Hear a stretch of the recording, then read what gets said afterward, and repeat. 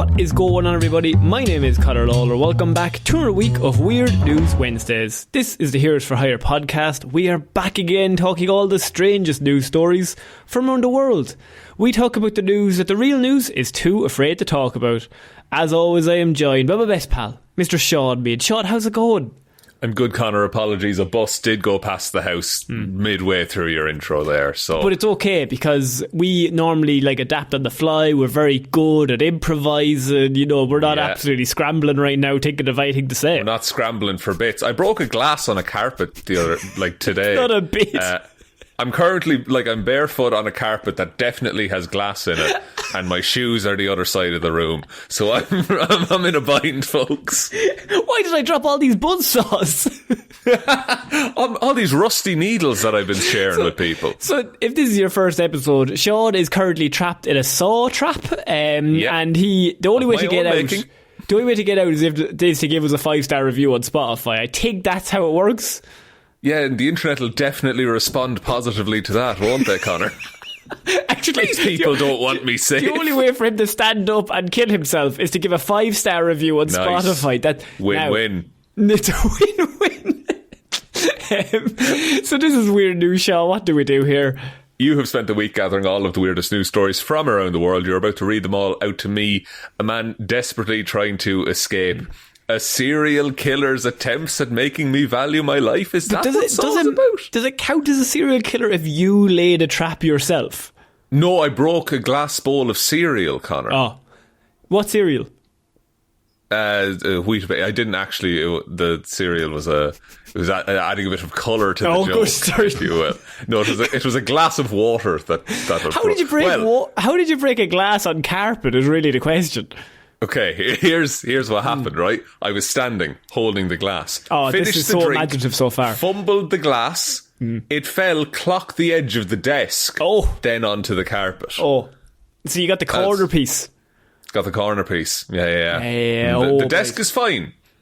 The desk is fine. I can't stress that enough. The desk just shatters. It was a glass desk in the liquid as well. Everything in your house is made of glass. I keep throwing stones at people. It's weird. So, Shaun, we have a very exciting weekend coming up. Just before we get into weird news. Yeah, me and you are going out on the tear. We are going out on the town. But before that, we have our 5-year anniversary birthday listener hangout on Saturday for all of our Patreons. We never get good at these titles. No, it's a very long title. Basically, it's our 5-year anniversary coming up on Saturday. And what we're doing is all of our patrons are all especially invited to a Google Meet to kind of come and have a chat with us. So you probably have seen the post on our Facebook, our Instagram, our Twitter pages. But it starts at 1:30 Irish time, and if you're a Patreon, you do not have to do anything. You have already gotten an invite, or you are just about to be added to the invite list. I haven't sent them out yet, Shaun. It's fine, Conor. It's fine. You're a busy man. I panicked halfway through that. It's like, you'll definitely have it. They're going to check this in real time, even though this is going to be posted later, so you could just do it. I haven't done it as of today, Wednesday, but I will do it probably tonight or tomorrow morning, so you will get an invite. Don't worry. If you're not a Patreon and you would still like to come along, please message us on Facebook, on Twitter, on Instagram, anywhere, and just send me your email and send me a message just saying I'd like to come along just to kind of have a chat with everyone. We'd like to see other people there as well. Patreons are obviously automatically invited, and the other people all get to come along if they're interested. It's always a fun time. We usually hang out, chat. We play little ranking games of comic characters and movies and stuff like that. So it's really just a good couple of hours on a Saturday. Yeah. And so now that is our customary, I suppose, promotion of plug. But a plug, yes. But Shaun, it is time to get into weird news, because one story this week caught my eye, and it's really set me back. Shaun Conkers. The World Conker Championships. Oh my God. Okay. I think I took part in a Conker Championship once. A new story I have specifically put first because I knew Shaun would be interested in it. I got really old school hobbies, you know. Fairies and conkers. I know the way into your brain. Yeah, but Shaun, that's how you summon me. So Britain has gone bonkers over mushy conkers, Shaun, as their nuts are in crisis. The World Conker Championships are looking in danger.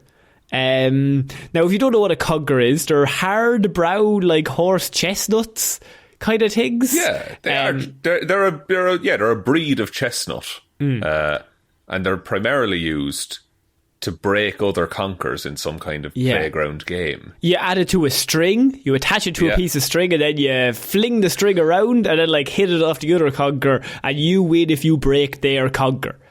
Yeah, and then you proceed onwards, and then it's the last conker standing is the one that wins. Exactly. And there's all kinds of shady tactics you can do if you want to win. What are some... We know from your childhood, definitely you were cheated out of a championship or two. Go on. Look, you can coat a conker in super glue. That's expensive in terms of super glue, but it does work. The other one, and it requires a lot of prep time, is that if you get a conker, they fall in like the autumn, or the fall, you could call it. And you get one, say this year, you leave it in the hot press or the airing cupboard for an entire year until next conker season, and that shit will have firmed up right good, Conor. Then you're basically hitting a conker with a steel ball is what's happening. Or the strongest tactic is obviously before you enter the competition, before you find out who you're playing, then you maybe ring one of their parents, maybe tell them that their partner is having an affair with them. They eventually break up, the marriage is very unhappy. This is a few weeks before the competition. Then eventually they have to tell the child that it's because of them that they are separating. Then you're walking in a week in the opponent, the head is gone, they're not concentrating no more on that piece of string. You could take them out and go all the way to the final. That's a real Hail Mary though, because also I love the phrase concentrating on the string. That's brilliant. But what if it encourages their resolve that maybe if they win this conker championship, their parents will get back together? No, I want the parents to specifically say, you're not that conker competition, you need to lose, because I'll say I'm willing to release this information to the public if your child wins that conker competition. Oh, that you're really taking this. What's the prize for a conker competition in 2023? I like the other end of the phone. The parents are like, "What a very specific threat! I didn't even know there was a conker competition coming up." I know you're laughing at me for like having done conkers and stuff like that, but is there not a part of you where you see a conker as an adult and you're like, "Oh, I could pick that up and have a game of conkers"? See, I mean, I don't have that within me, but when I was younger, really? I probably was like, yeah, let's get the conkers out. I still have it. I'm still like, no, I could do it. I could pick it up. Well, Shaun, why we're talking about this is because the World Championships are in danger of not happening this year. And it's something that we need to know about because obviously it's very important, and this is why it has a news article about it. But the news this week, Shaun, is that this year violent storms knocked chestnuts from their branches unseasonably early, spreading fear across the close-knit conker community. Come on now. They have branches everywhere.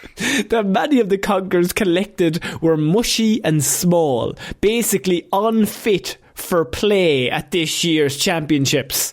No. First, if they're bad conkers that year, that's luck of the draw, but there's still a best conker out of all of them. You have to play on regardless. You're like, even if everyone walks in just absolutely just bullet holes in their legs, who's the best with one bullet hole in them? That's you're not trying to find the perfect conker. That doesn't exist, Conor. You're trying to find the best conker of the lot for that year. You have to go looking for conkers. You can't just find them on the day. Well, James Atkins has come out and he runs a small tournament in Reading. I'm assuming they're the regionals before you get to the nationals and then the worlds. Oh, of course. And he basically said that they do seem to be getting softer, he told Sky News. Year on year, they're just knocked off the tree. That's it. So they stirred outrage by suggesting the committee, which also selects the conkers used in championship play. So the World Committee chooses the conkers. Horse chestnut shit is what this is. Because, no, you should be allowed to bring... Now, look, granted I gave you ways to cheat with conkers earlier in the show. But let them inspect the conker. And then that's fine. Feel like don't provide a conker. It raises questions of maybe some sort of bribery could be easily done, or some. That's it. They can't be trusted. If I enter a competition and I'm not allowed to bring my own conker, that they select me a conker, then obviously, if I pay somebody the right amount of money, they'll give me the good one. Yeah, like because if they're deemed fit enough to issue out conkers to contestants. They know a good conker from a bad conker. Like, I don't see the harm in letting. Or what you do, hold the whole event in a forest. Before the game starts, everyone gets 15 minutes to go looking for conkers, and you have to find it on site on the day. But that means you could be the world's greatest conker player, but you're going to get unlucky on the day. Maybe you just don't get the right one. I'm fine with that. That's the spirit of conkers, Connor. You can be class at conkers and have a bad conker. So here's the take. They stirred outrage by suggesting that this committee consider baking the nuts to harden them before the competition. Artificially hardening conkers, however, is prohibited at the World Championships. So they're being asked to do something that is prohibited. I ran with more of an underground crew when I was doing conkers. Some players even paint nuts in clear nail polish or soak them in vinegar, apparently. Vinegar's a new one to me. I hadn't heard of that. But nail polish is the same as the super glue principle. And then you think you've heard it all, but Charlie Bray, one competitor, he gets a whole, I would say, quote in this article by insisting that nuts digested by a pig are the hardest. I'd be curious as to how that was found out. But secondly, also, I can't it's probably the disagree same with as you. the vinegar thing. It's like an acid reacts with the conker and hardens it. That's what I'd say is happening. Yeah, but like, surely, what's the worst animal then to put the fucking conker through before you enter the competition? A badger. A bird. A bird would be tough. Tough on the bird. Yeah, real tough on the bird. A cow might not be bad. Stop putting your conkers in different animals. Never. Feelings about the quality of this year's conker, however, Shaun, are split. Because Yanni Mack, who's an organiser of what he claims is the UK's second largest game, the Waveney Valley Conkers Tournament. I mean, you probably know it. You probably love it, Shaun. But no, I Big wouldn't Yanni, associate with that tournament. Yanni Mack has come out and said, "We do not hold with the idea that there is a conker crisis. I just checked my stash, and conkers are emphatically not softer this year." So Big Yanni, he's riding with a big fucking lot of hard nuts. So sounds like Yanni, the organiser of the second largest conker festival, is trying to claim that he has the superior conkers. So he said, "I'm better than the World Championships because I run the Waveney Valley Conkers Tournament, and really everyone knows that's more prestigious, and we have the best conkers." Yeah, like with the conkers though, like if you're still finding them on the ground, like if you're finding loose conkers on the ground, that's an issue because they've been picked through by squirrels already.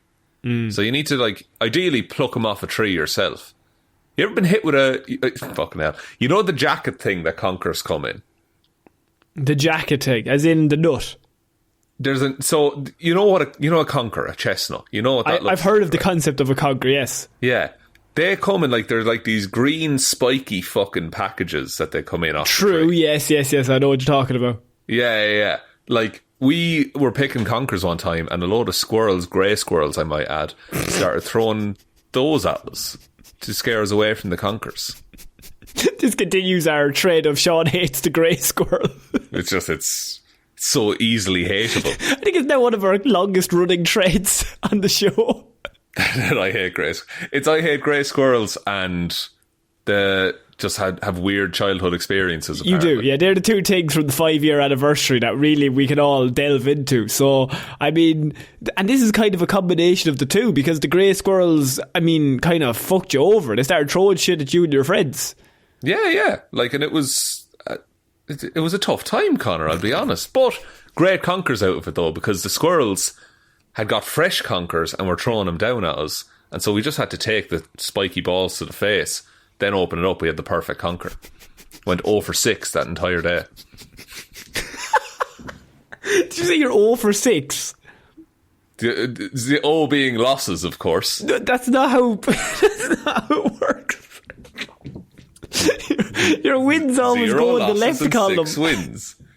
No, column wasn't there. No. 6 and 0 is 6 wins, 0 losses. 0 and 6 is 0 wins, 6 losses. No, Conor, you're... what scoreboard are you looking at? One in a mirror, clearly. Yeah. What's a 9? Oh, that's much worse. That's much worse. So... Christina Harrison, who's organising a contest as well, said that the chestnuts that she's collected this year have been top notch. So, I mean, the trees are producing more conkers than usual. So what we have here is possibly some sort of, I don't know, inner war between the World Conker Championships and all of these smaller competitions who have come out and said, our conkers are amazing, don't worry. And the World Conker Championships are looking to maybe suspend the competition for this year because they think the conkers aren't up to scratch. So then the calibre of entrance to the other smaller conker competitions would go up. Do you think there's any chance that all of the good conkers were stolen and replaced with bad conkers? No, I don't know. Is there a chance? there's always a chance. It isn't the first time, though, the World Conker Championships have landed in the UK scandal sheet, Sean. You probably remember this. But last year, David Jenkins, 81 years old, and his daughter faced allegations of nepotism. Wait, so... One of them let the other win? Is that what happened? For 16 years, Jenkins has served as King Conker. Fucking hell. As ceremonial figurehead and steward of the World Conker Championships. His daughter, a 50-year-old nurse, won last year's Women's Championship for the first time after 3 decades of trying. UK tabloids accused father and daughter of conspiring to get her the best conkers, which contestants drew blindly from a bag. But did they draw them blindly if your father is King Conker? Yeah, and could maybe stack the bag in your favour. But there's still an element of skill to playing conkers, you know, so... I feel like there's not as much skill as you're putting into it. If we had a game of conkers right now, skill would come into it. I think I would have a 40-60 shot, and I think that means skill wouldn't really come into it because I don't know anything about it, and you seem to be an expert. What kind of grip are you using on the conker? On the string. Yeah, for the strikes, like when you're going to hit the conker, I'm going cowboy. I'm wheeling around my head, and then I'm just going to snap accurate it. With that kind of Happy Gilmore. Very accurate. I'm a Happy Gilmore kind of guy. You're the rogue in the conker community. I think I'm all in or all out. It's 30% of the time it works all the time. You just end up clobbering your opponent in the head every if I knock them out, then of course I win. Win by default. It's nowhere in the rules that says you can't do that. What's your technique? You wrap the string around, and you get a good pull on it. You get close to the other conker, and fucking leather it into him. Nah, mate, that's not going to give you any wins. Great sound. It's not going to give you any wins. You're going to be 0-6 after that, using that technique. Oh, great. I hope I will be. Hooray, I'm on a winning streak. I love the idea of you playing in the NFL and they're just like, oh my god, he's 0-14, and you're just like, 14 wins. I'm like showboating, yes. I can't lose. Another one for Sean. Sean, we're going to have to move on because I wanted to cover that scandal that is currently hitting the Conker Championships, because I knew you were probably maybe King Conker, probably next year. One of these. Look, I'm a common man, Conor. I'm no royalty. They've asked you several times and you've been like, no, I'm down here with the peasants. Choose somebody else. It would only corrupt me, please. But Shaun, another scandal hit the world this week that really shocked me, and I think also has really has cheered me up, because they tried something in the US during last week, which was an emergency alert system thing. And so an emergency alert is basically when it's going to be a nationwide emergency alert drill that the US government wanted to carry out. This was on the 4th of October last week. And what it is just like every single person's phone got an emergency text, I think it was. Just a notification, and it made a really loud noise. Yeah, and you couldn't turn it off. So even if your phone was on silent, it will still ring out as it's an emergency. So in case aliens ever come down, then everybody gets the emergency notice and we're all grand and we'll all be safe, right? Yeah, definitely. That'll definitely go really well. But Shaun, one community was really in particular hit by the emergency alert system that the US government may not have thought of, because I have members of the Amish community have been shunned by their church after the recent test of the emergency alert system outed them as having procured forbidden mobile phones. Because, if they were hidden somewhere. Imagine the shock as an Amish man or woman. Like, I'm an Amish person, and like, just hearing the loudest noise in the world all of a sudden from your room. It would be so weird. You're just like, what the fuck is that? Like, I think as well, you could turn the phone off and the thing wouldn't play, but as soon as you turned it back on, it would play again. So you'd have to be really sure you were alone when you turned the phone back on. So apparently how we found this out was a former member of the community came out this week and said that 3 of his friends had gotten into trouble after the devices that they used were discovered. This was in Ohio. And over the years, he said, there's been quite a few Amish men that reached out and wanted phones. So whenever they request to have a phone, I'll do everything I can to try and get them a phone. Not always can I do so, but in some circumstances I've been able to sneak a phone into their area so they have a mobile phone with them. Now 3 of them have replied back to me today and said, hey, I'm going to have to lay low for a while. I just got shunned out of the group. Jesus. Like, it's... No Amish people are going to listen to this, but like, it's... Maybe. Maybe, and if you are, I hope you're doing well. I'm sorry. I'm sorry, yeah. I hope you don't get caught over O's of all things. But the being shunned, I feel, is not the course of action. Surely you're like, listen, let's talk about this. Why you got this in secret and all that. I have to be honest, I love the idea of being shunned. I think shunning is something we need to bring back. I would love to be shunned. I would love to be exiled. No, like exiling and shunning is something that really we've gotten rid of. But it was something that really worked back in the day for the small villages. It did a lot. You'd have some absolute fucking dickhead going around causing fucking hassle, and then one day the villagers would just be like, "Lad, you're exiled. Get out here," done. And he'd just leave. Yeah, just pisses off.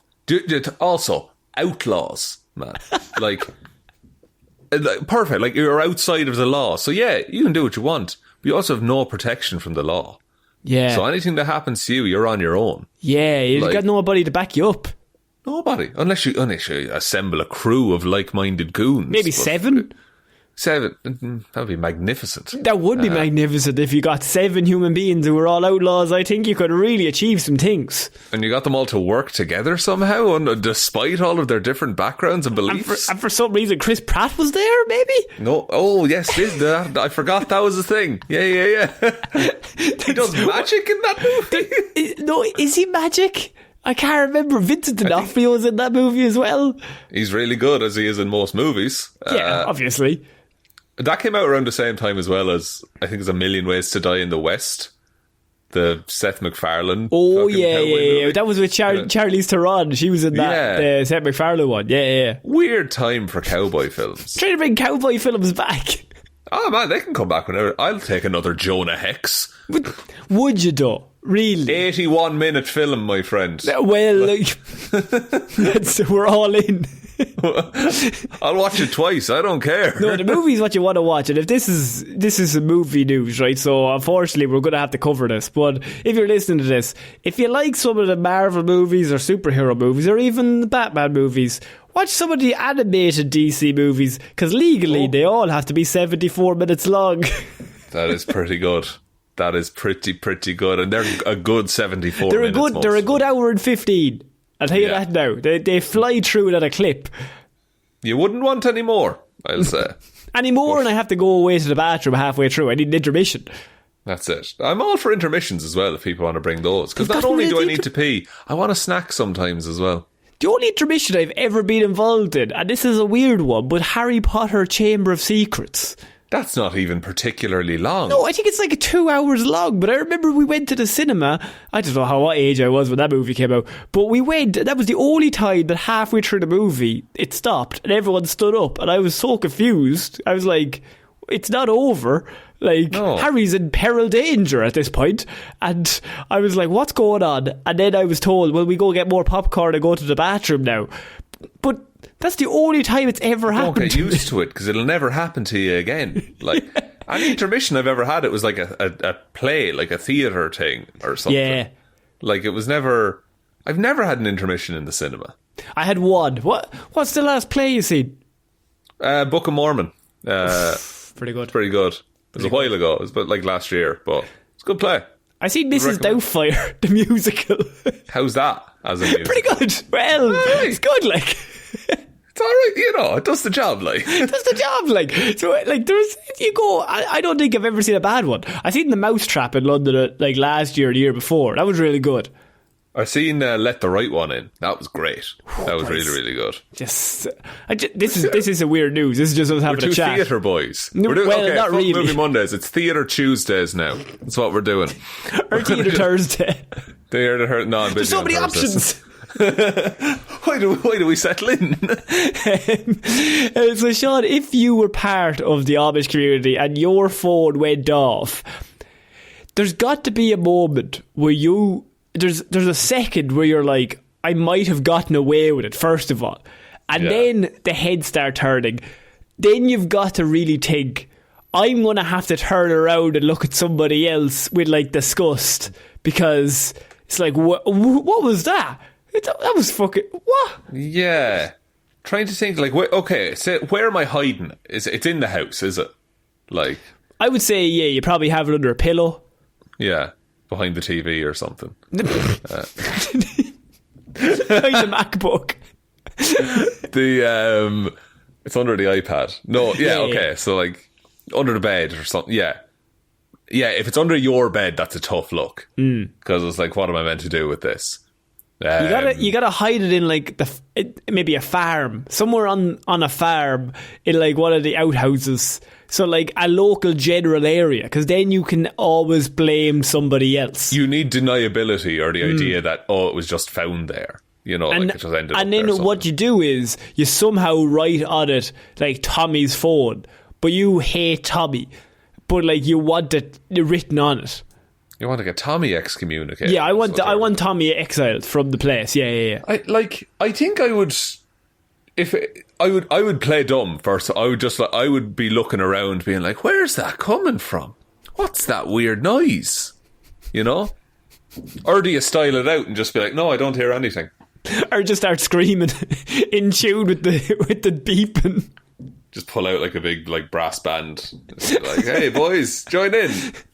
So Mr. Yoder said that one of his friends was in the middle of a visit with community elders to discuss a shunning for different reasons of somebody else. Somebody else is shunning. He was in a meeting. The shunning with them. Is like there's a meeting about it. Yeah, well, you'd have to have a meeting to be like, I we just thought it was like a mob like word got around. It was like, oh, we're not talking to Steve there's anymore. always elders. There's always elders you got to go to be like, I fucking hate Tommy. Can we shun him? And they're like, well, he hasn't actually done anything wrong other than just being a bit annoying. So imagine not being really. One of the elders of the village. That'd be wild. I'd be shunning everyone. I wouldn't even need any, like, you wouldn't even need an excuse. I just, again, no, let's at the go. drop of a hat, I'd be shunning. Like, there'd be no one left. It would just be me. It would just be me, and then I'd have to shun myself. Shun me, and they'd call me. That's me done, Conor. I'm going to log off for the night. Shun mean.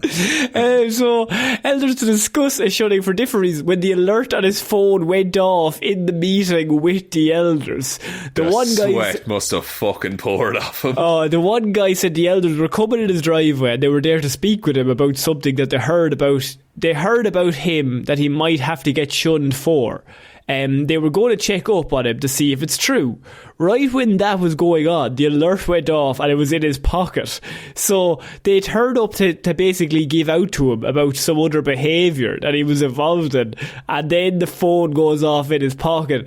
I mean, if you were pleading your case is kind of ruined at that point. You kind of have nothing left to stand on. And did they go like digging to try and find it, or did they just be like, look... Is he allowed to keep it, but he's shunned? No, I don't think so. I feel like they have to get rid of all that technology, surely. Yeah, it's tough. What if they couldn't look at the Heroes for Hire TikToks that come out? What if they couldn't leave 5 stars on Spotify? What would you do? What would you do, lads? Imagine, leave one for him. You know, if you haven't done it already, do it for the Amish.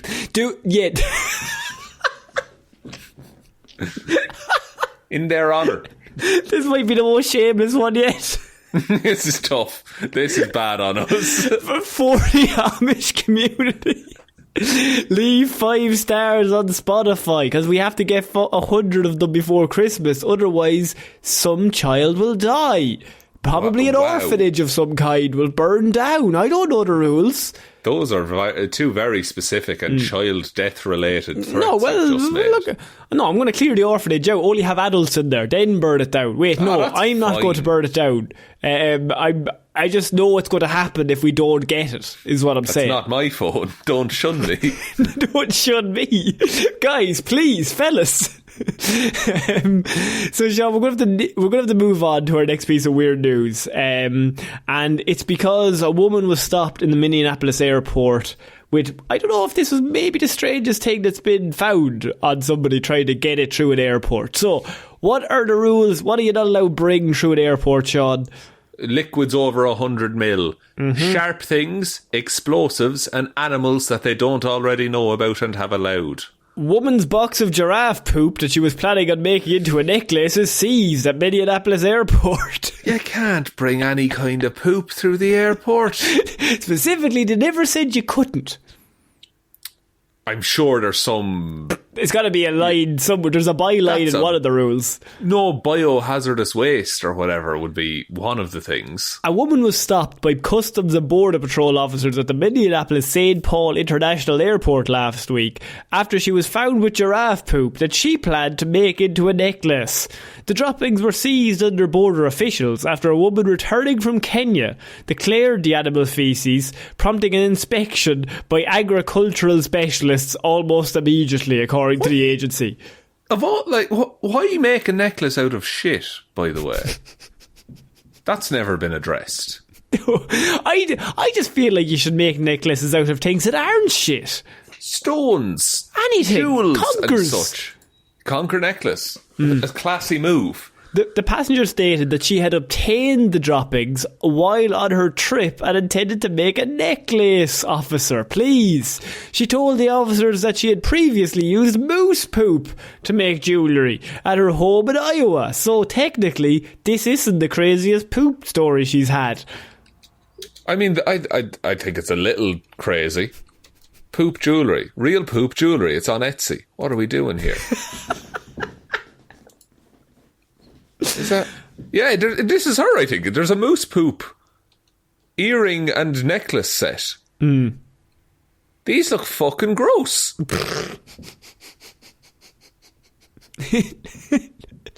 I think my follow-up question is it better or worse to have moose poop as a necklace, or, and I'm going to try and put this in words that are easier, homegrown ingredients for the necklace? You can't DIY it. Like, there has to be some level of exotic animal to it to make it anyway fucking reasonable. You can't just say like, oh, my dog Trevor shit this. No, yeah. You're like, or my husband George made this one for me. Like, none of that can happen. You had too much coffee yesterday. Now we've got a lovely bracelet for you. Go on there now. I don't like this at all. What? Like, it's very unsettling. I also saw a lady on TikTok, right? And her whole thing is that she makes jewellery out of other bodily substances. I knew what you were going to say because she was on Holly Willoughby and Philip Schofield's. Yeah, she was. Yeah, we were going to talk about her and then we didn't on this show. We thought it'd be too far. But she was using other things. Lovely bright white colouring to the jewellery. Yeah, lovely bright white colouring. There's nothing wrong, healthy. What's wild is you have to send off a sample in the post, and I don't know if you're allowed to do that, really. My necklace impregnated me. Who's the father? Oh my god. Yeah, I'm glad we didn't talk about that. I would have got real awkward. The giraffe poop was taken and destroyed by steam sterilisation per the USDA protocol.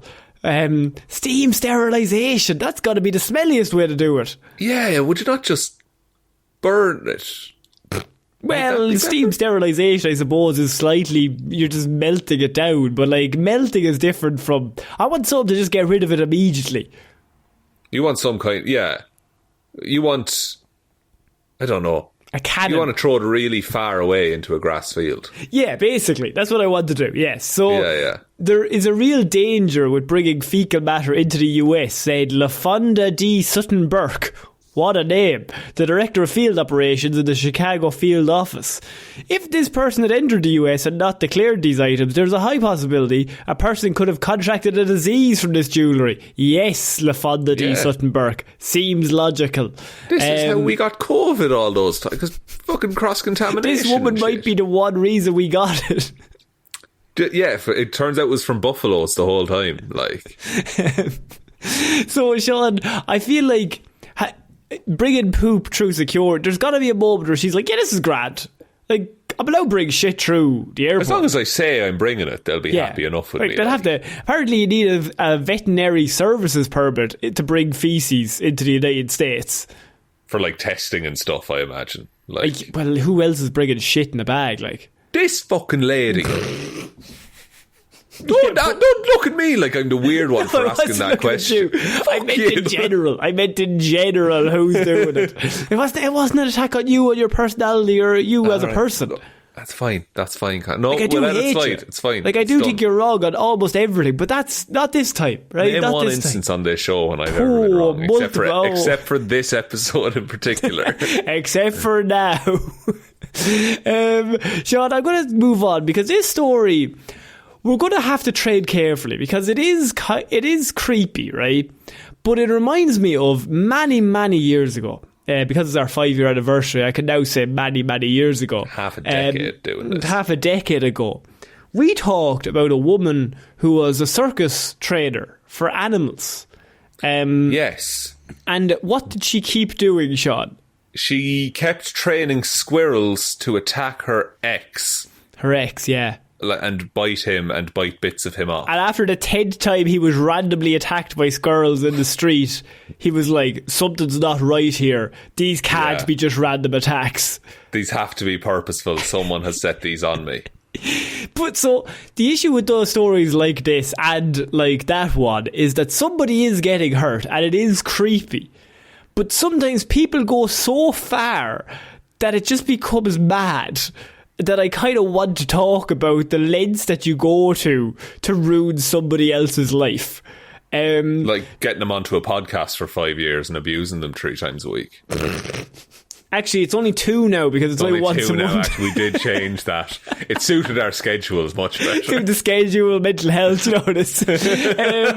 So, Pilot is accused of stalking New York woman from his light aircraft for 4 years and pelting her home with tomatoes from above. Oh my, that's super villain shit. Very petty supervillain shit, I must Michael say. Arnold, 65, was charged with aggravated stalking, impeding, providing false information to a police officer after terrorising Cassie Willits from the sky. So, the New Hampshire man has been arrested for allegedly using a small propeller airplane to fly over this woman's house in New York for 4 years and pelt her home with tomatoes from above in the plane, which really begs the question of how fucking good is his accuracy with the wind and the distance. And piloting a plane at the time. Like, and how high up is this window, like? Because if this is like a apartment building or a skyscraper, like, the first time it happens, it's like, how did a tomato get up here? No, I think it's literally a house. Oh, right. Yeah. Even weird. So he's low flying, but somehow still make it. He should be playing in, like, the baseball league. Like, I don't understand why he's not with a cannon like that. 4 years of this. How petty do you have to be like, what am I going to do to ruin this woman's life? I'm a pilot, I'll rent out a plane, fly over her house and pelt it with tomatoes. Like, having your own pilot's license is cool enough. Like, you don't need to do anything else. Like, I also don't stalk people, but like, the idea of just like, I know exactly how I'm going to solve this problem. This'll make her like me. How much did they spend on fuel and tomatoes over the How years? many tomatoes would you... I think you got to do a few over the head before you make a direct hit. He hardly nailed it the first try.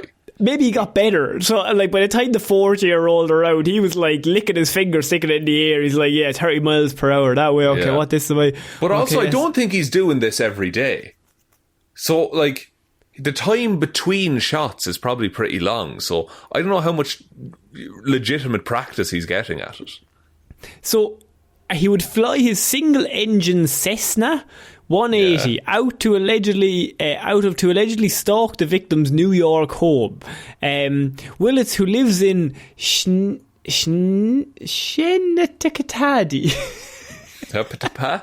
Sorry, Connor, you broke up. Typed this down, right? Okay. SCH. Okay. EN. EC. TADY. Now say that. Shenectady? Shenectady. He said about... So, she lives there. It doesn't matter, right? But she lives there, and she came out and said, he's terrorising us. He basically flies over. He wakes her family up, apparently, at 7 a.m., flying over the house, and her roof and windows rattle from the flyby, and then would throw tomatoes on the house from above. On the house is different than at the house, I will say. It's not as much skill. There's not as much aiming, I think. Well, it's still hitting a house from... It's still hitting the house, but you can drop it. You don't have to overarm throw it or anything like that. Yeah, but if you drop it, it'll get caught with the wind. Could veer off course. He's accounting for the wind. The man's a pilot, Connor. He appeared in the Vermont Superior Court last week and pleaded not guilty to any of her accusations. So he said that's never happened. Other than all that tomato juice around her house, I've never seen her house. Other than the fact that I'm a pilot and I definitely have to track where I fly. Yeah. He previously posted his $5,000 bond and was ordered to not go within 300 feet of his plane.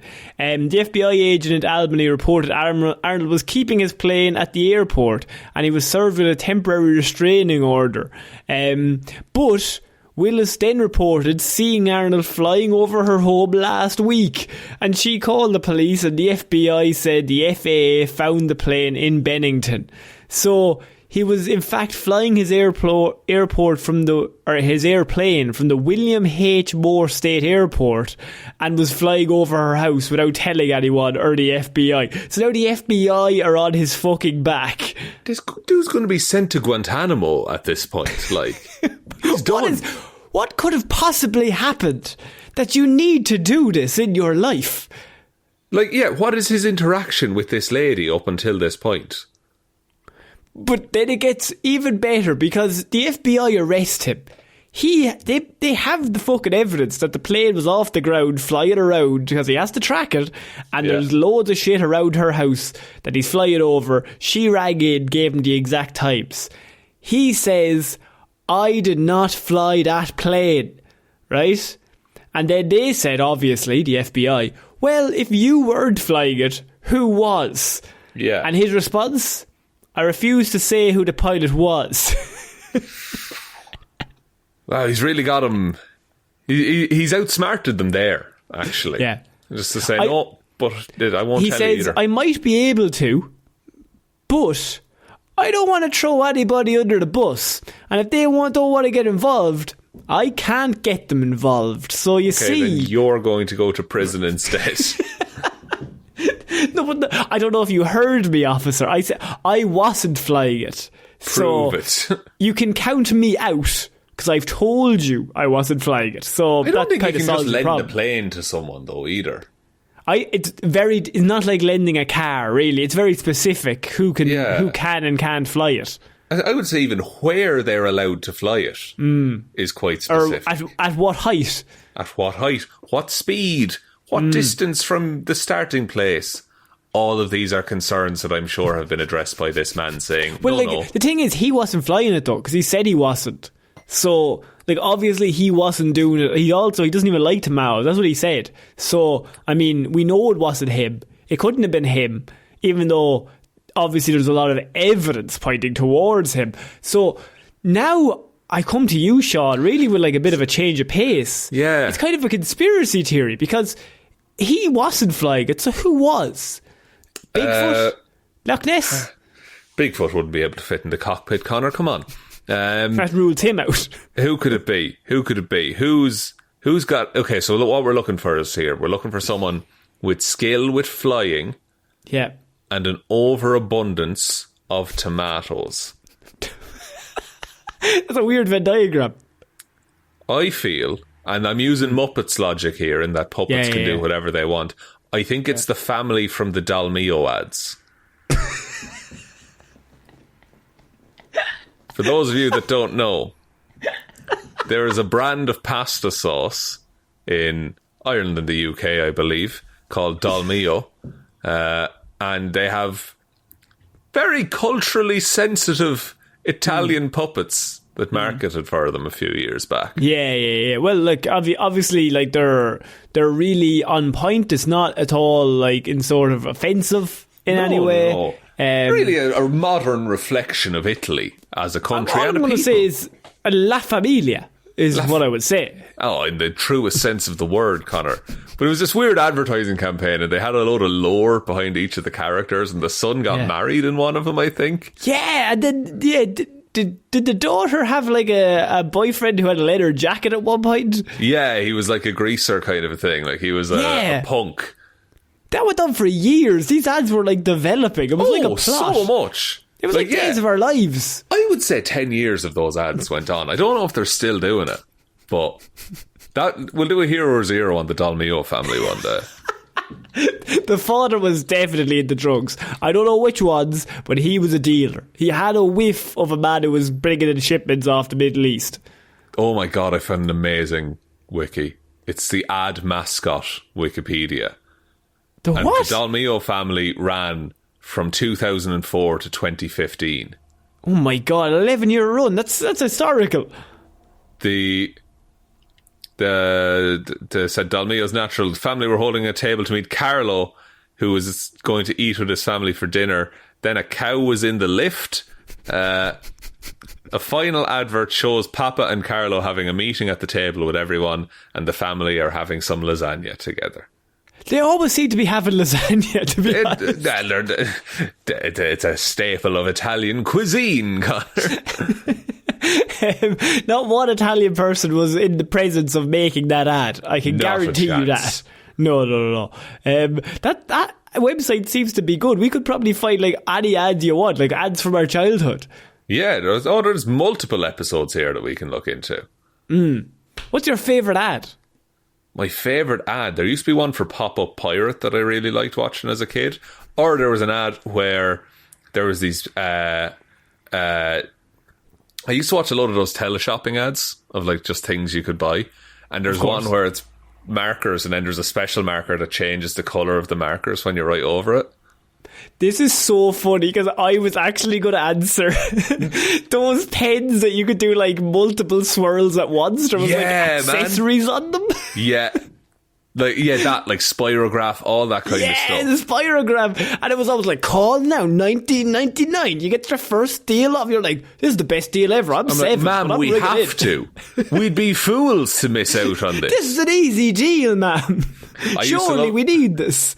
I also used to like, and this like is the preface of me watching those fucking videos where people clean rugs over and over again. Just those videos showing how good a new Hoover was, or a broom, or a brush, or something. Like, love them. That would clean all the glass out of this floor right now. If only I had one of those actors, they could do it for me. If only I had one of those people desperately trying to shill a product at a trade show. I love those telemarketing ads when like it's some fucking idiot who's like, I spilled my drink all over a curtain. What do I do? And it's always some way too happy person coming in from the side like, well, Bob, I've got a solution just for you. Sill it bang is the fucking king of that shit. If you haven't seen the Sill It Bang ads, you haven't lived. That man was screaming at you to buy Sill It Bang. Just fucking tearing into you. He was absolutely... He was piss drunk. He gave the impression of a man who was coming off a 3-day bender and was still on the high. Yeah. And he was like... He was screaming because he didn't really have much of a voice. But he didn't realise the music had stopped. Yeah. He was still in it at the time. He was in the nightclub still in his head. In Berlin, like the and also the best ad of all time, any Irish car safety ad from the mid 2000s.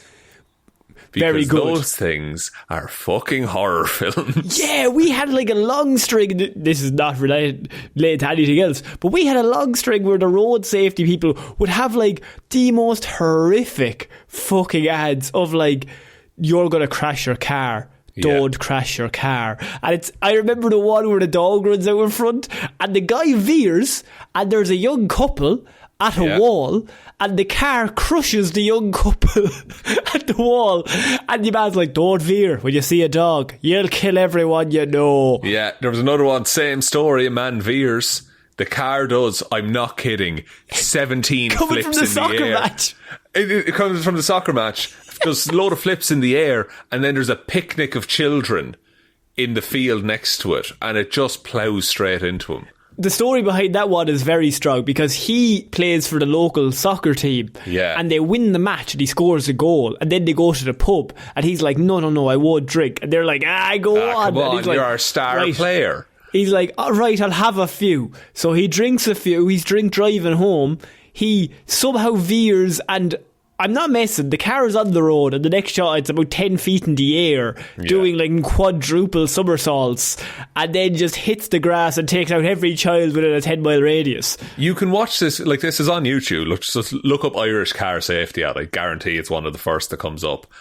But like, it looks like a comedy bit because it's that over the top. Like, it looks like and you would there's like see the it shot of the child, like he like turns around and looks at the car just before it hits him, like, oh no, there's really sad music. I think it does a crash zoom on the child's face. I can't be sure, but I really hope it does. Yeah, of course. Those fucking horrified me when I was like, oh my god, all cars will kill me. I am going to die. I will die at any minute.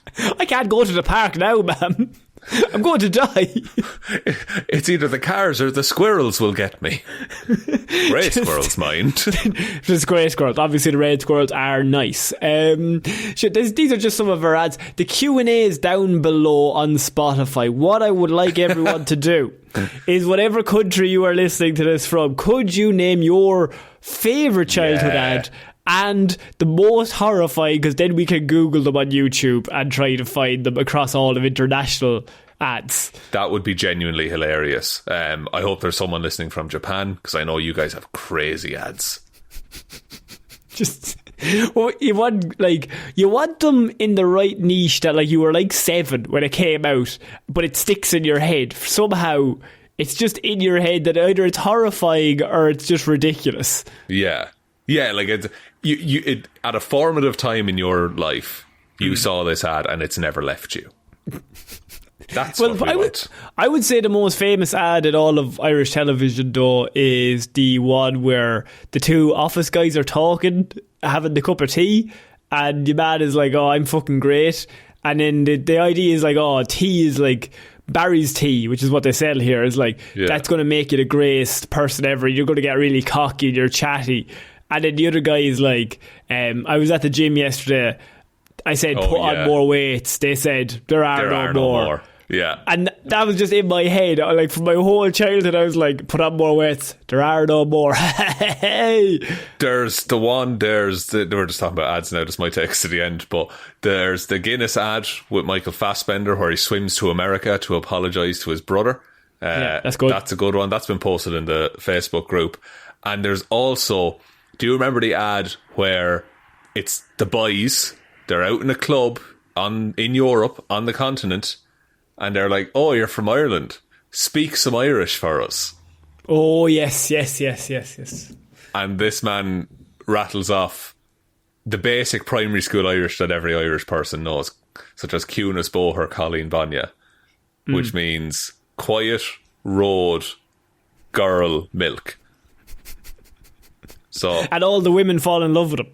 All the women fall in love with him. And it was, for years, to this day, Irish people will say that shit when talking to foreign people. The ads are meant to make fun of us, but we're like, fucking go on. We'll take that as part of our culture. That's fine. So we're going to finish off weird news because I do want to get to Florida Man. We didn't talk about him last week, and Florida Man should, because you interrupted the whole end of last week's show with just lunacy. Oh, sorry about that. Yeah, but Florida Man forgets phone during burglary, goes back later to get it, gets arrested. Oh, you got him on the return. This man is called Terry Jeffcoat. Not his real name, surely. Jeffcoat. Look, only one first name, so you can still trust him, I guess. Terry Jeffcoat, but a second name in the second name. A second first name in the second name. That's I can't even process what you just said. I don't know what the rules are for that. I don't know.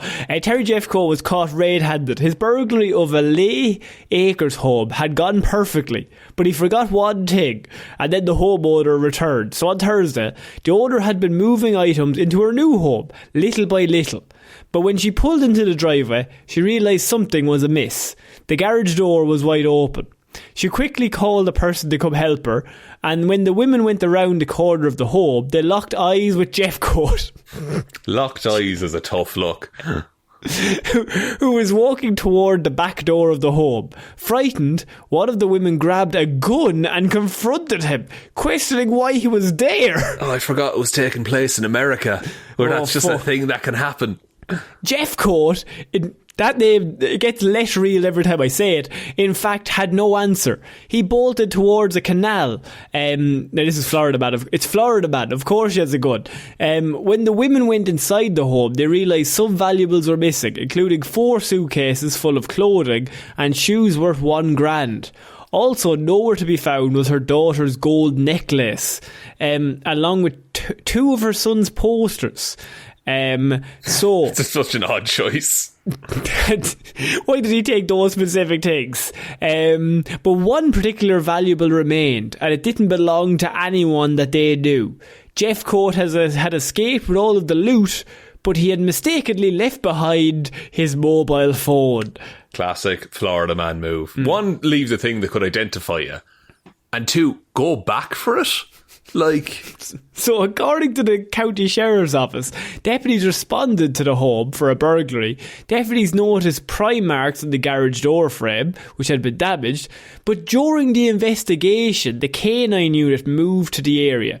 So the canines show up, and all the police officers are there with all the dogs. Suddenly, Jeffcoat arrives out from a trailer in the back of the residence, and then immediately the canines ran towards him and leapt on him. Those dogs had the easiest day at work that they've ever had. Once in custody, Jeff Coate muttered that he had messed up and slept at a home down the road. He said he returned to the residence to get the phone he had left behind, but he waited just long enough for her to call the police to arrive, and then him to go, "Silly fucking Jeff. Silly my Billy. Phone." That's... Again, it's Florida man being caught by doing the absolute stupidest thing. Also, if I was doing a robbery, I wouldn't bring my phone, because they can track you. Yeah, well, I mean, that's because you're a master thief. That's true, yeah. Great at lockpicking and such. But, like... Is lockpicking real? It is. I can pick locks. No, you can't. I can. I've done it several times. No, you why would you say that out loud, first of all, legally? Secondly, that's not true. Give me a lock and some tools and I'll get okay, go on. Next time we meet up, I'm going to lock you in a room and you have to get out. That's fine. That's fine by me. Genuinely. Conor, I can't stress how many times I've done lockpicking. Why would you say that, first of all? Because I was at a barbecue and I was like, I think I've said it on the show. It was like, if you put a safe in front of me, I'll have it open in 15 minutes. But you would. But someone gave me a lock and some lockpicks, and I opened it immediately. I've done it a bunch of times. This is getting worse. No, for testing to see could you I do it. You haven't once said it was for testing. This whole time you've been like, no, I thought it would be assumed based on my character. No. Why would we assume when you say, oh, I'm really great at lockpicking, but, oh, well, that's no further explanation needed? You're a bit of a Jeff Coate yourself, I think, Conor. Honestly. You were the one who said it. I in the criminal investigation, they have you in the room and the detectives are standing there smoking. You're like, I'm fucking amazing at picking locks. I'm savage at murder, lads. Honest to God, lads, I'm amazing at two things: murdering people and picking locks to murder people. But I want you to know, I want you to assume, because obviously from the character that I am, you're going to know I haven't done that, but just know I'm fucking great at them. There you need to know. No, look, does anyone assume that I do crime, though? Like listening and talking to me and looking at me? No, that's not true. Oh, who's most likely to say that? A criminal? A murderous criminal? No. A criminal wouldn't have a semi-successful podcast, Conor. Semi? Well, we need 100 5-star reviews before we can call ourselves successful. That's when we get real success.